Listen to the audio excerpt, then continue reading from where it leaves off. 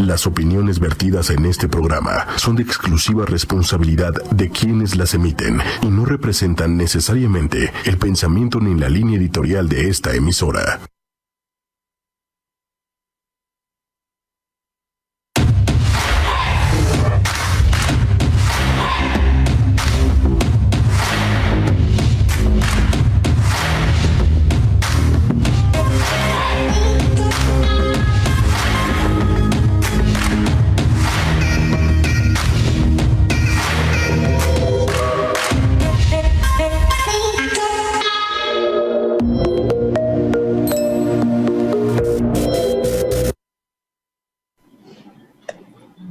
Hola, hola. Ya estamos aquí. Hola. Pues muy buenas noches, bienvenidos a una emisión más de Nuevamente en Directo, en esta ocasión con un tema pues de trascendencia, pero también que genera mucha polémica.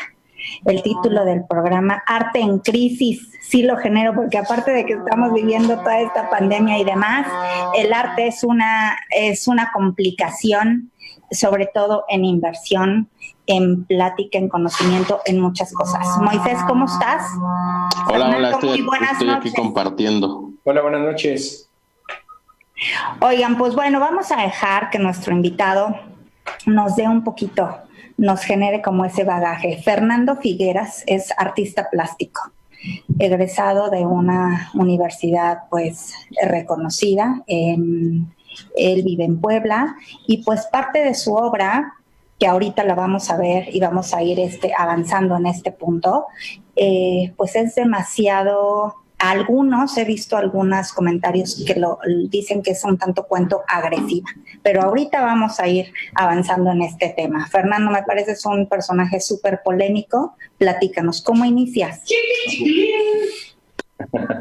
Bien, pues la parte formativa dentro de mi carrera, en realidad tengo estudios de artes plásticas, estudié toda la carrera completa, no me gradué, también estudié la carrera de literatura y lingüística hispánica, tampoco me gradué, no tengo diploma de ninguno de los dos, tengo un doble perfil y a partir de ahí, de esta experimentación más bien obligatoria, terminar 2 carreras y no titularme, me di cuenta que creo que hace falta esta parte de tratar de transgredir el mismo sistema. Las artes, como bien lo sabemos, no deberían de estar situadas en la misma categoría como otro tipo de disciplinas profesionales. Vivimos en un país de licenciados, entonces esto de licenciarse es pedir permiso para hacer algo. En efecto, las artes no deberían de pedir permiso para hacer absolutamente nada. Se me hace una cosa, digamos, completamente contradictoria. Las humanidades están hechas precisamente para engendrar un germen de rebeldía y cuestionarse todo el tiempo. Es por eso también que esta idea de estudiar las artes, pues en su profundidad, no creo que necesiten un título universitario. Yo tengo las dos carreras, no tengo ningún título, por supuesto. Bien, tengo estas dos carreras que me sirvieron como este nivel formativo para poder engendrar las imágenes que tengo en mis obras. Sí son obras que son agresivas, mucha de la gente me lo ha dicho. Oye, pero ¿por qué pintas este tipo de cosas? ¿Por qué de repente tienes demonios muertos, descabezados, etc., ¿no? Yo creo que la parte más profunda dentro de la obra viene de la idea del erotismo y de la idea de la muerte, que son dos constantes que nunca nos van a dejar como seres humanos y que de hecho es lo más común. Sabemos nosotros que obviamente pues somos el resultado de un acto sexual, todos, absolutamente, a menos que sean santos o dioses de alguna religión. Esas son las excepciones. Y el otro concepto es que todos nos vamos a morir. O sea, al final de cuentas, todos tenemos estas dos condiciones, del eros y el tánatos. Y son los temas con los que trabajo dentro de la parte de mi obra.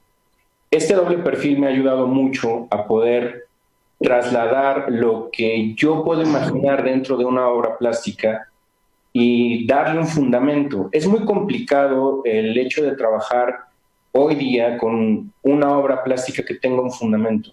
Se critica mucho acerca del arte contemporáneo. Hay arte contemporáneo bastante, digamos, subversivo y que también tiene cuestionantes muy complejas. Es poco, pero es excepcional y además es impresionante.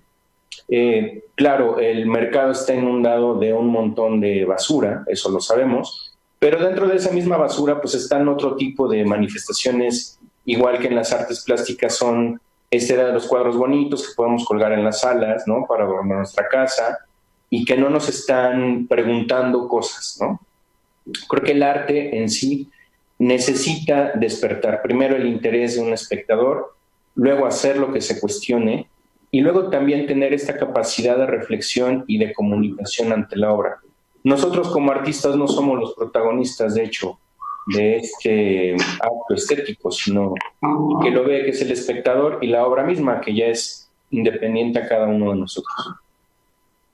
Pues me parece que tus obras cumplen pues todos los perfiles que estás comentando, porque de entrada las ves y te captan, y de ahí te generan el decir, bueno, o sea, a ver, ahondas justamente en cada uno de los detalles, y posterior a ello te cuestionas el decir, ¿por qué lo habrá pintado? ¿Por qué lo habrá hecho? Ahora, tú, de la forma en la que generas estas obras, ¿cuáles vendrían siendo las técnicas que más utilizas?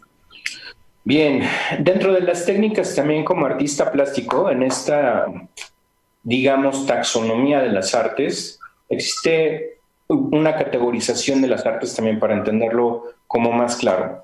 Yo soy artista plástico y también hay artistas visuales. Dentro de la idea de los artistas visuales están tendencias como el performance, el arte objeto, el videoarte, etc. Y dentro de la parte formativa de las artes plásticas está la escultura, el grabado, el dibujo, la cerámica, que son esta idea como vintage de las artes, ¿no? Al final eso fue lo que yo estudié y es lo que me llena. Dentro de estas ramificaciones de las artes plásticas, mi trabajo es como pintor y como dibujante. Obviamente tengo, digamos, como que mis técnicas preferidas. A lo largo de la carrera he tratado de experimentar con muchas de ellas, de las que existen, tratar de mezclarlas, hacer este juego de una y de otra, pero creo que la reina de la pintura sigue siendo la pintura al óleo. Es una disciplina que a mí siempre me ha gustado y que cuando he visto estas obras en los museos de sitio grandes, en otros lugares del mundo, donde te das el chance de ver lo que veías en los libros, te das cuenta el por qué la pintura es tan poderosa todavía. Trasciende siglos, ¿no? Y te sigue comunicando. Ese fenómeno a mí en lo particular me impactó muchísimo y es por eso que yo me dedico también a esto. Y en la idea del dibujo, una de las técnicas que más trabajo es la tinta, porque requiere un ejercicio particular de tener esta seguridad donde no debemos de equivocarnos, o donde más bien ya nos sentimos tan seguros que no existe un límite para la equivocación. Cuando Oye, Fernando. Sí, dime. Perdona ahí que te interrumpa. ¿Es más complicada esta que la que tú tienes en madera? Por ejemplo, el rostro que tú tienes, que se ve como si fuera una fotografía. Ajá, es un ejercicio hiperrealista. Ese ejercicio hiperrealista pertenece a una serie que estoy armando de formatos muy pequeñitos y son pintura, es óleo sobre madera. Okay. Y requiere de un trabajo muy concienzudo en cuanto a la parte del color y a la idea del dibujo como un fundamento. Yo como dibujante obviamente siempre he practicado esta idea del dibujo más anatómico, que es más riguroso. Entonces, en esta parte, el dibujo y la pintura son dos lenguajes completamente distintos. El dibujo te puede servir como una herramienta para una buena pintura, pero también el dibujo es exento de la pintura. El dibujo tiene sus propios códigos y también genera obras diferentes. Y la pintura obviamente tiene otro tipo de discursos y también tiene códigos propios. Este cuadro que mencionas, obviamente sí es un ejercicio hiperrealista. Para entendernos como en el hiperrealismo es llegar a la exageración del realismo y trabajar con una idea fotográfica dentro de la imagen que vamos a proponer. Esos ejercicios han salido bastante bien, pero después de muchísimos años de ensayo y error, y además de echar a perder muchísimo material, ¿no? También. Que de eso Oye, dale. Tú. Se me fue digamos que la fusión en la que tú comentabas de inicio, podríamos llamarla, el tipo de obra que tú haces, podríamos llamarla ya hiperrealista, o te atreverías a generar un nuevo concepto para nombrar a tu obra? Yo creo que mira, una de las cosas que es como muy natural dentro de nosotros como seres humanos es esta idea taxonómica de las cosas. El tratar de clasificarlo siempre ha ayudado a explicarnos las situaciones, ¿no? Y entonces por eso, de repente, en mi caso, cuando estudiamos historia del arte, tenemos que ponerle nombre a las corrientes, clasificarlas y seccionarlas. Y pues en realidad tampoco pasó así, ¿no? Porque estas, digamos, vanguardias existían entre unas y otras y se mezclaban, y había artistas que estaban en unas y en otras. Ahora con la pregunta, ¿por qué viene esto? A tu pregunta, más bien para poderla responder yo no creo que la parte de mi trabajo pueda generar una clasificación nueva, número uno, y la segunda creo que el trabajo del artista no es saber dónde se va a situar dentro de estas clasificaciones taxonómicas. Ya no importa si eres realista, hiperrealista, abstracto, surrealista, expresionista, eso no creo que tenga que ver. Creo que tiene que ver más bien el hecho de que tu obra pueda conectar con alguien sin que esté pensando forzosamente dónde va a caer. O sea, ¿cómo lo estudio? ¿Cómo lo nombro? ¿Qué digo? Esta idea de la clasificación taxonómica tiene mucho que ver con el cómo nos lo podemos explicar. Y eso es algo que nos han enseñado desde la escuela, lo cual no digo que esté mal, pero sí es un prejuicio que habría que quitarnos. El arte no se entiende. Eso también creo que debería de quedar muy claro. Las manifestaciones artísticas no son para que las entiendas porque... Se sienten. Sí, o sea, no es una idea como teórica, no es una parte de la ciencia o inclusive de las humanidades o la filosofía donde tienes que estar pensando maneras diferentes y tratar de entender los conceptos. En la parte de la pintura no lo vas a entender, lo necesitas sí sentir, pero sobre todo tratar de traducir a tus sentidos. Yo creo que también es una palabra muy tramposa la idea del sentimiento per se, porque eso también te lo enseñan en las escuelas de artes o en los talleres de 2-3 pesos que dan por ahí, ¿no? Déjate expresar y tus sentimientos, eso no existe. O sea, la disciplina de la pintura conlleva un montón de ensayos estrictos, de muchísimo trabajo, también de una lógica y de construcciones muy, muy fuertes.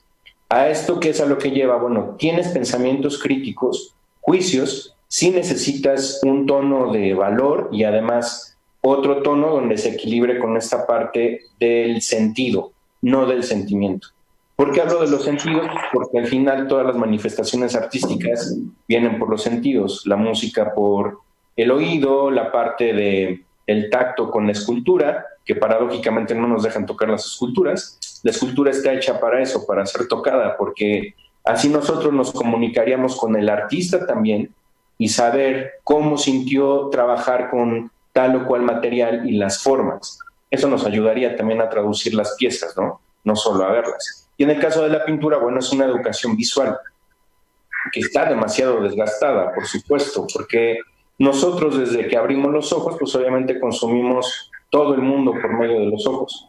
Ahora bien, con esta idea de la parte del sentimiento del arte, no es que lo sientas, es que dejas que fluya una imagen, la parte de una textura, la idea del material, el mismo espacio en la arquitectura, que te vaya envolviendo, no lo estés pensando o no trates de analizarlo. Deja más bien que te llegue, que te conecte, ¿no? Que llegue a tu sistema nervioso. Yo creo que ahora, con eso que tú nos dices, es como también tú le llegas a poner los nombres a las obras, ¿no? Por ejemplo, yo estoy viendo una que dice Ejercicios de la Pandemia 7, Asalto al Infierno. Este es carbón y papel. Ajá. Pero es así como llegas a ponerle el nombre a la obra. Claro, el nombre de la obra también es, mira, es un juego. En alguna ocasión yo tuve una exposición donde todos los nombres de mis piezas tenían que ver con juegos de palabras. Como les platicaba, tengo una doble formación. La otra tiene que ver con la lingüística y la literatura. Entendemos que como son dos códigos, entonces descontextualizas uno del otro. Puedes descontextualizar lo que es la parte visual con un título que no tiene nada que ver o que tiene todo que ver con él. Y lo mismo, se afecta la parte del título con la imagen que tú estás viendo. Ese juego lo hice para una sola exposición. El cómo se pone el nombre a las obras es complicado, porque, por ejemplo, con uno de mis alumnos, que me hacía también una pregunta parecida, me decía, oye, pero de repente he visto que le empiezas a cambiar el nombre a la misma obra. ¿Por qué? Pues porque no importa tanto el nombre de la obra. Lo que importa es la obra en sí. O sea, lo que te va a decir la obra a ti es diferente que lo que me diga a mí. Inclusive cuando yo la haga, ¿no? Lo que te diga a ti como espectador te va a decir otra cosa. Claro. Lo importante es el mensaje que tú tienes acerca de la obra y no el que yo te estoy dando. Por eso a lo mejor puedes desechar tal vez hasta el título y ponerle otro, el que tú quieras, el que esté más cercano a lo que tú estás pensando de esa pieza. El título sirve para guiarte. Hay una cosa que es como constante dentro de la parte del juego en las artes plásticas, que es el que este arte contemporáneo tan rebuscado y lleno de teorías filosóficas, paradójicamente, mal interpretadas, donde dejas al espectador afuera, ya no nos permite jugar con el espectador de ahora y tener un generador como la primera llave, que es el título de la pieza, para que el espectador pueda interesarse. Es algo también muy peculiar de un espectador, el hecho de que en una exposición pueda ver la pieza, pero lo primero que hace, si ustedes lo analizan, es acercarse a ver la ficha. ¿Y para qué van a ver la ficha? Pues para leer el título. Entonces, no veo congruente esa idea. ¿Para qué querrías leer el título si lo que tienes enfrente es la pieza? Lo importante es la pieza. El título puede esperar tal vez, ¿no? Pero bueno, yo creo que esa parte de cómo vas poniendo el título a tus piezas es este juego de lo que tú puedes ver o interpretar dentro de tu mismo trabajo. El cómo quieres que juegue ese tipo de palabritas en la imagen.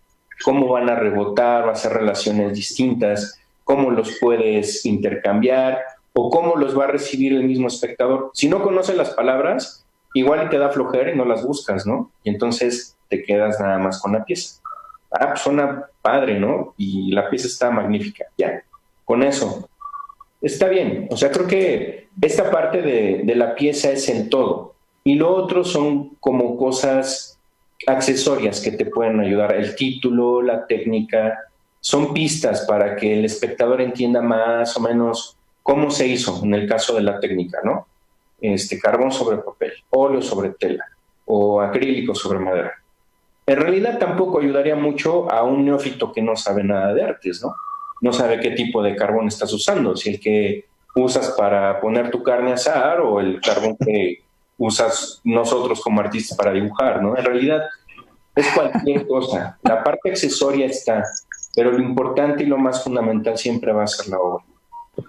Oye, pero es que, bueno, realmente rompes esquemas totales, que esa es a lo mejor la gente o el público como tal pudiera esperar justo mucho de lo que estás tocando, el decir, bueno, cómo se conceptualiza la obra, dónde se incluye, etcétera, pero mucho de lo que yo considero que enriquece lo que tú haces es justamente que rompes estos paradigmas, o sea, no hay, es cada persona, como bien lo dices, conecta, pero bueno, a ver qué pasa, o sea, y a mí me gustaría mucho que a través de tu experiencia todo en este concepto del arte, del realizar, de las clases que has, a las cuales, pues evidentemente realizas, pudieras decirnos por qué hay gente que no conecta, o sea, pero no conecta con nada, ni con, literal, casi ni con Snoopy, o sea, no conecta, simple y sencillamente dice, para mí esto no existe, no lo hay. Tendrá que ver con una cuestión psicológica, neuronal, o simple y sencillamente es así de sencillo como decir no lo hay. Yo creo que más bien, bueno, si te refieres más bien a una parte del común de la gente actual creo que a lo largo del tiempo, desde mi generación, a la cual creo que pertenecemos, pues los que estamos aquí reunidos en el programa, dentro de esta idea de la generación, que nuestra generación fue una generación bisagra, hay una ruptura de circunstancias y de paradigmas que ahorita han cambiado completamente. Y dentro de ese mismo modo de pensamiento, entonces, tenemos a estas generaciones nuevas donde estas generaciones fueron como dotadas de esa gran, digamos, agilidad para poder interpretar la tecnología de una forma completamente distinta a la de nuestra generación.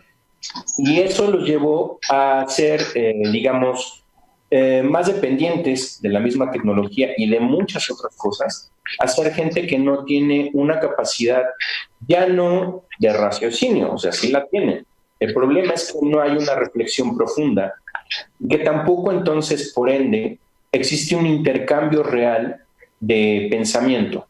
Es decir, tenemos miles de millones de terabytes dentro de una red que nos puede conectar y hacer milagros con toda la información que tiene, pero no tendríamos todo el tiempo nosotros para poder sentarnos, leer efectivamente toda esa información y luego tener un momento de intercambio. Este feedback que se tenía antes, ¿no? Con lo que tenías en tus clases, con lo que tenías con tus amigos inclusive, ¿no? Porque las charlas no eran por el chat, en el teléfono, Twitter o lo que sea, ¿no? Te sentabas en la banqueta y te ponías a fumar y te ponías a echar cotorreo, ¿no? Creo que tiene mucho que ver con eso y eso cambia también las circunstancias. El interés viene a raíz de otra cosa.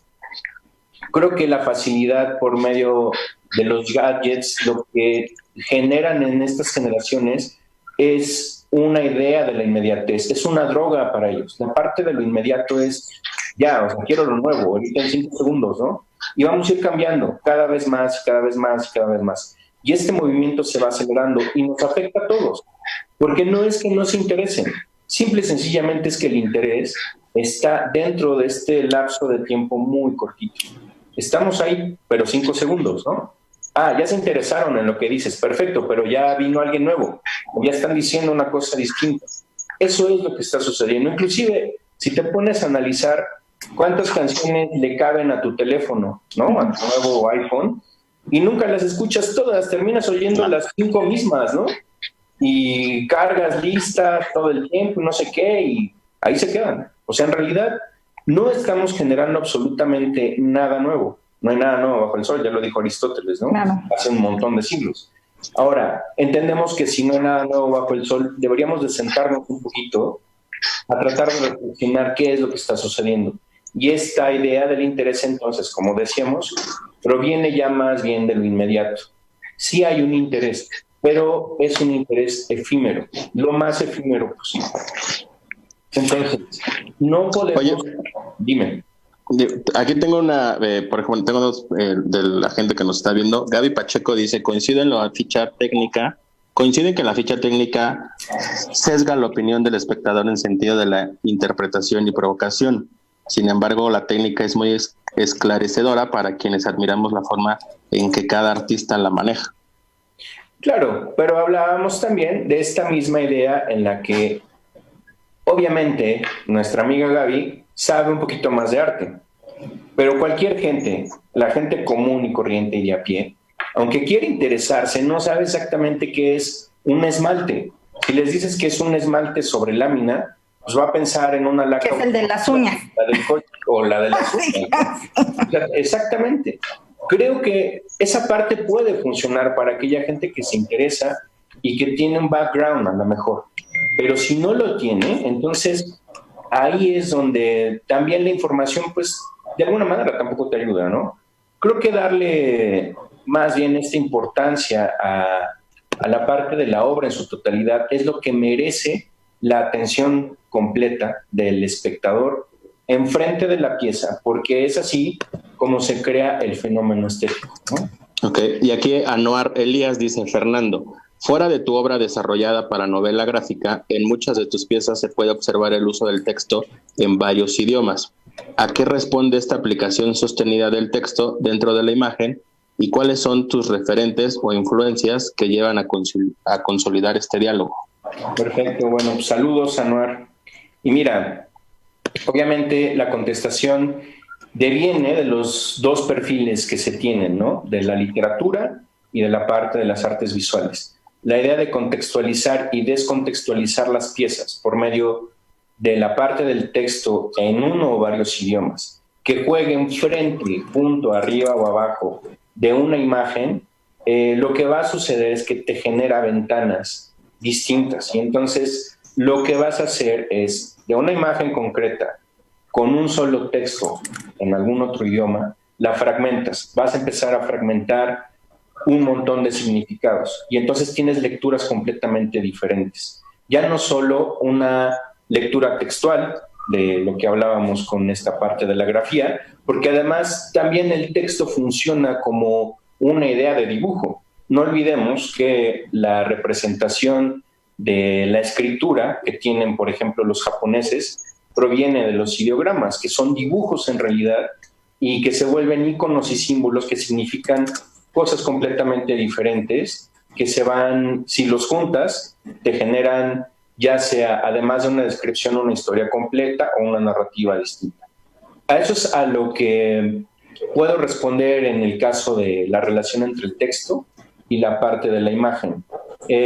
Las imágenes a las que se refiere Anuar son una serie de collage que tengo, donde lo que vamos a ver son estas imágenes fragmentadas y vamos a estar notando que hay dibujos, fotografías, todo obviamente manipulado por mí, y además tienen estos mismos textos. Los textos también refieren a diferentes, el lenguaje que tendría que ser distinto, se refiere mucho a esta idea de cómo hay un contexto diferente para cada uno de los idiomas. No es lo mismo lo que vamos a decir en español, que si lo traduce alguien y lo decimos en inglés, lo podemos decir diferente en italiano o diferente en alemán.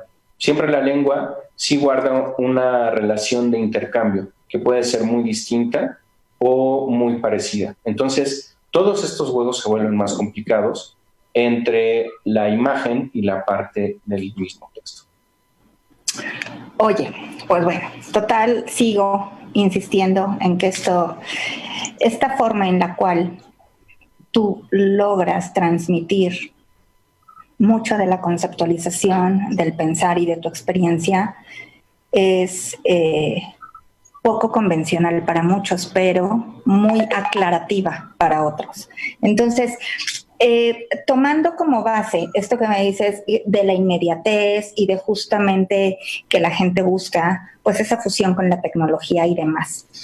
¿Has tenido la posibilidad de bajar a ver las experiencias estas multimedia de Van Gogh y esas cosas, o has tenido como la posibilidad de empaparte a través de justamente las redes y demás? ¿Y qué te parecen? ¿Consideras que es una buena forma en la cual se pudiera ahorita lograr el acercamiento, o definitivamente aplica en simple y sencillamente es consumismo total?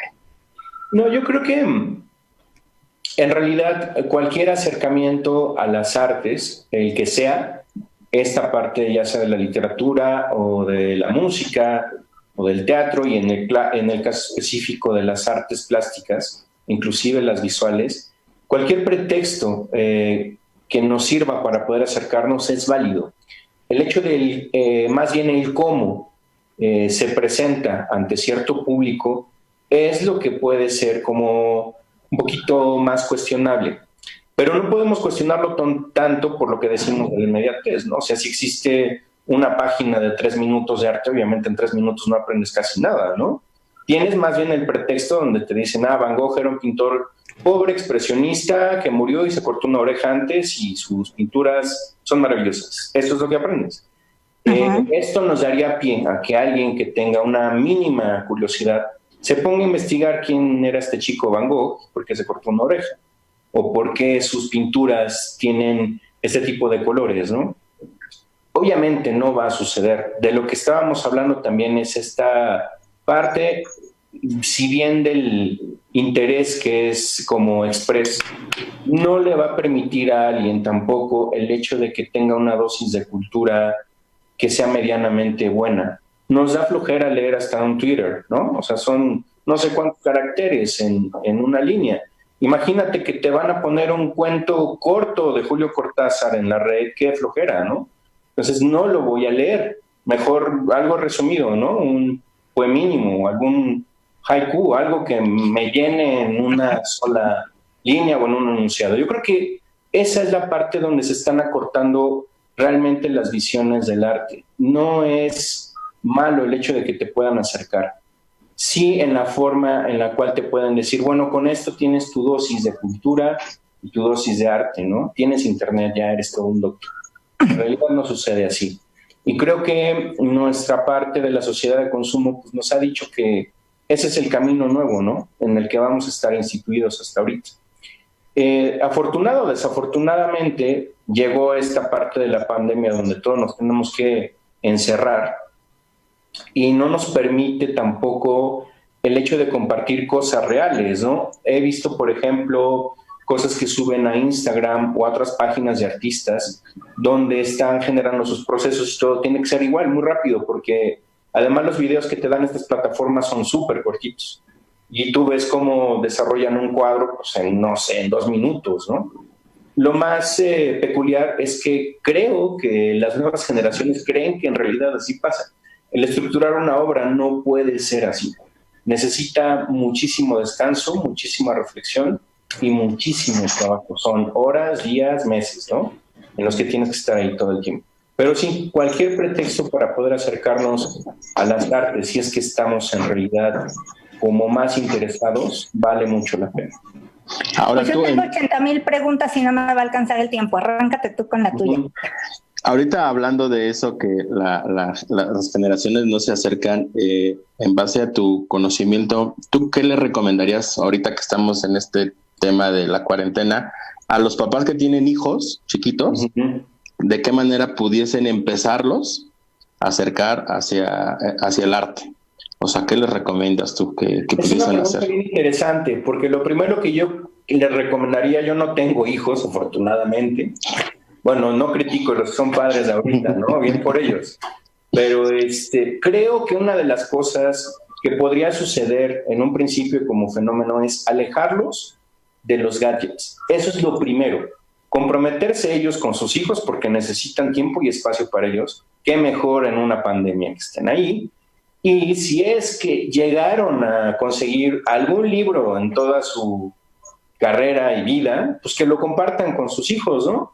ya sean libros para niños, cuentos, pueden leer con ellos, tratar de dibujar, aunque no dibujen nada los padres, intentarlo con ellos. Creo que es una de estas acciones muy divertidas. Todas las artes empiezan por medio del juego.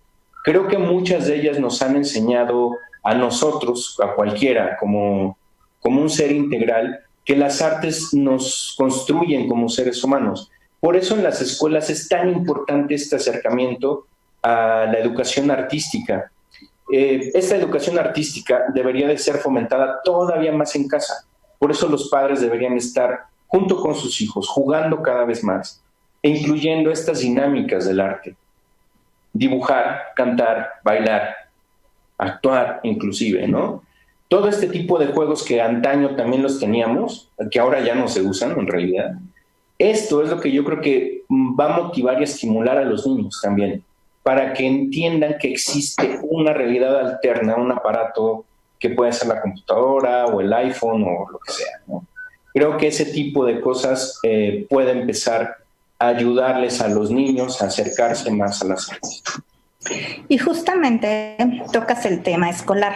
Yo recuerdo que en los inicios en los que tú y yo platicamos muchos meses atrás, yo te preguntaba que veía yo algunas obras que sí dabas clases, ¿no? Y recuerdo que me dijiste que habías literal renunciado de 2 o 3 colegios porque, pues desde luego, te contrataban para una cosa y claro, terminaban solicitándote otra, ¿no? Que no estabas tú de acuerdo. ¿Nos quisieras compartir esa parte?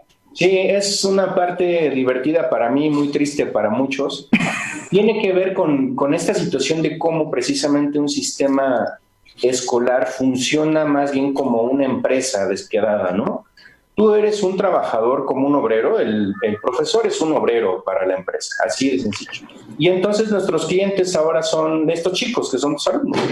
A mí me contrataban precisamente para dar clases, para ser un facilitador con esta idea del conocimiento y lo demás, pero no para ser una niñera, ¿no? Y mucho menos para rendirle tributo a estos latuanis que eran mis alumnos. Y los directivos, pues obviamente como llenaban sus arcas de dinero, no estaban en un contexto real donde decían, bueno, es que tú te tienes que adaptar a los alumnos. Los alumnos no tienen que adaptarse a ti. Perfecto. Entonces, no estoy de acuerdo, muchas gracias, renuncio, ¿no? Esto es lo que pasaba dentro de la idea del sistema. Y otra de las cosas que sucede también en los sistemas escolarizados es que a las escuelas les interesa más la parte burocrática, el llenar actas, el estar bien con la SEP o alguna otra institución que las califique, que las calcule y que les dé dinero, a tener contenidos reales dentro de las carreras que hay, como carreras tales. Yo estuve en las carreras, por ejemplo, de diseño, dando materias como ilustración o dibujo, y tristemente veía a mis alumnos como no entender exactamente por qué diablos tenían que tomar estas asignaturas, ¿no? Y luego, sobre todo, tampoco entender qué diablos iban a hacer con las materias después de que se graduaran o para qué les servían. Aquí vemos un montón de fenómenos donde el chico llega absolutamente sin nada de conocimiento ni ganas de aprender a las universidades. Y obviamente, pues entran porque no existen filtros, sino más bien dinero para que puedan poder estudiar. Entonces, todo esto genera un caldo de cultivo horrible, donde todas las universidades, todas, porque van a decir, no, es que se salvan estas como la UNAM, y no, o sea, todas, en realidad son todas. Y aquí estas universidades tan celebradas en México, pues son celebradas porque la verdad tienen 2 o 3 maestros que son buenísimos, y porque son los que han salvado la carrera. Pero no nos están ayudando absolutamente en nada en la formación de los propios alumnos. Y el alumno, pues va a egresar con un montón de deficiencias y sobre todo con herramientas que tampoco le van a servir en un mundo real. Entonces, entre que te doran la píldora, pues vas a ser el super estudiante en un plus ultra y terminas de taxista dentro de tu carrera. Y la otra es que además sacas 10 y terminas en una oficina en un horario de 9 a 6, pues, entonces no creo que sirva de mucho, ¿no? Es por eso que también en mi paso de las universidades y en las escuelas no fui bien recibido, porque yo no llegaba a decirles, ay, ustedes son los dueños del futuro y van a hacer, no. En realidad está muy feo allá afuera, dedíquense a trabajar, esta clase es para que aprendan y pónganse. O sea, era mucho trabajo.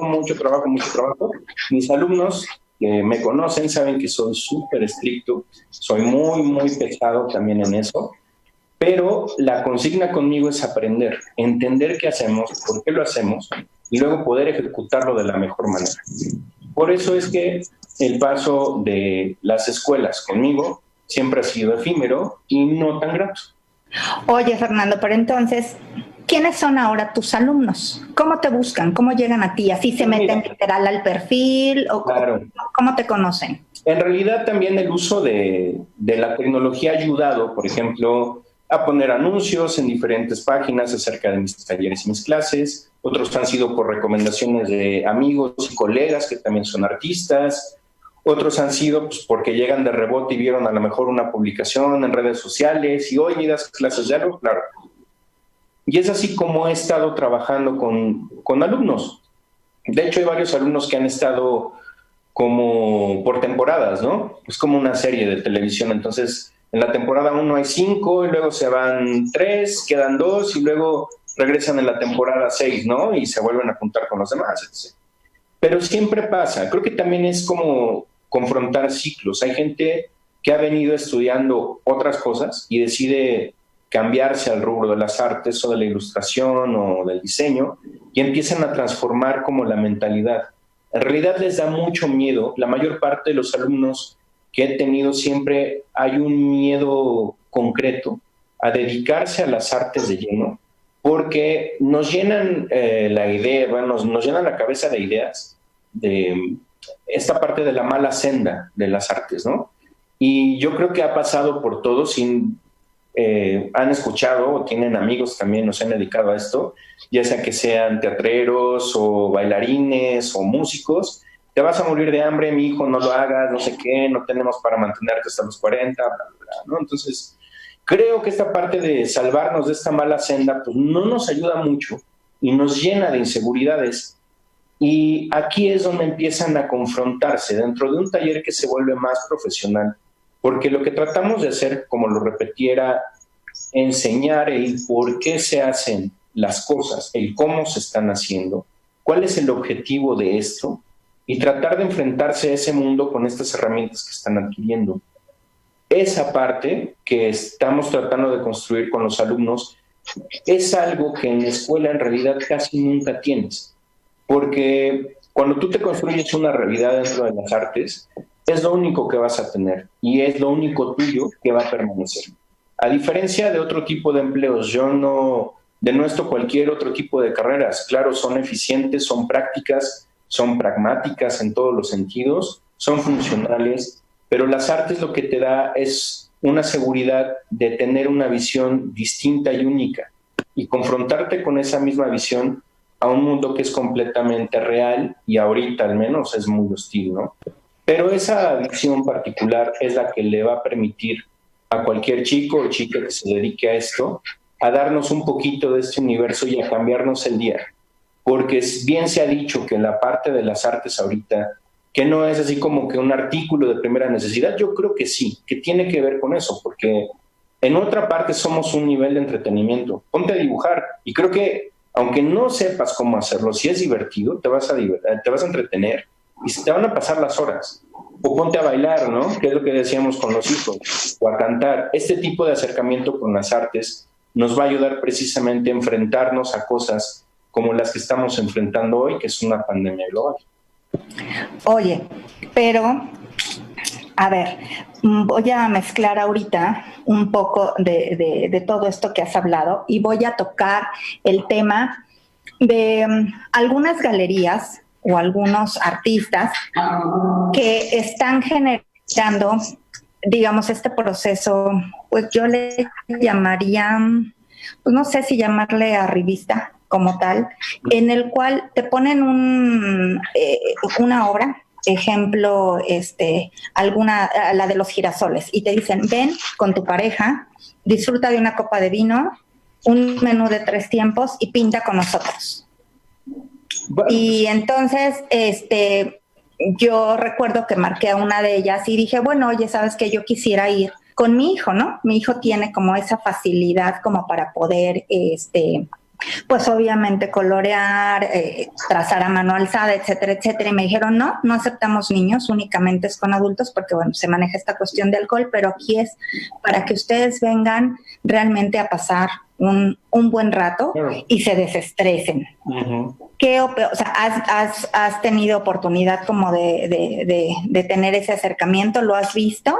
Lo he visto, me invitaron a hacer algún tipo de esas cosas. En realidad no me llenó mucho la idea, porque al final pues no soy como fácil de convencer dentro de esta parte de tomar como ofertas a destajo por una cuestión de necesidades monetarias. O sea, prefiero rematar mi obra y ganar dinero con eso que irme a prestar este tipo de espectáculos. Yo no lo veo mal, yo no lo comparto. No digo que esté mal o bien. Al final, cada quien puede hacer lo que quiera con lo que sabe hacer. Pero tristemente, también deja mucho que desear la gente que oferta este tipo, digamos, de distracciones o espectáculos o lo que sea, porque son gente que no se dedica también a las artes. Hay otra cosa que sí me gustaría dejar como muy clara. Toda esta parte del arte, el término de arte, en cualquiera de las manifestaciones que estamos platicando ahora, ha sido un término muy revolcado, muy manoseado, muy manipulable, y creo que cualquier persona ahorita puede decir que es un artista, ¿no? Tenemos un montón de memes acerca de eso, lo cual también agradezco porque son muy divertidos, y muchos de ellos con mucha razón, ¿no? O sea, al final creo que cualquier chica que esté hermosa, que pinta horrible, que se pone en traje de baño con su cuadro horrendo, pues va a tener miles de millones de visitas a su perfil y le van a comprar su obra, ¿no? Eso también es como increíble, ¿no? Y si la chica pues no está nada de buen ver, pero pinta impresionante, pues nadie la va a pelar. Tiene mucho que ver con esta idea de las redes sociales como Instagram, que lo que se vende ahí pues es carne, ¿no? Básicamente es una carnicería grande, llena de espectáculos de no sé cuántos segundos que son sus videos que montan ahí.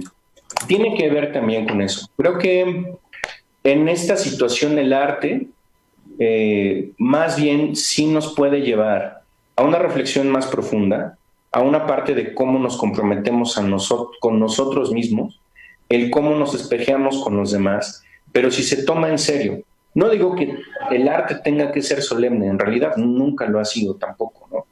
Pero sí tenemos que aprender a dominar las técnicas de las cuales decimos que somos maestros, en la música, en el teatro, en la literatura, en la pintura, ¿no? Y eso no lo decimos nosotros, se ve en el trabajo. No tenemos por qué decir, yo soy un actor genial. De acuerdo. Vamos a ir a ver a tu obra de teatro. Y mira, hablando de eso, Fernando... ¿Perdón?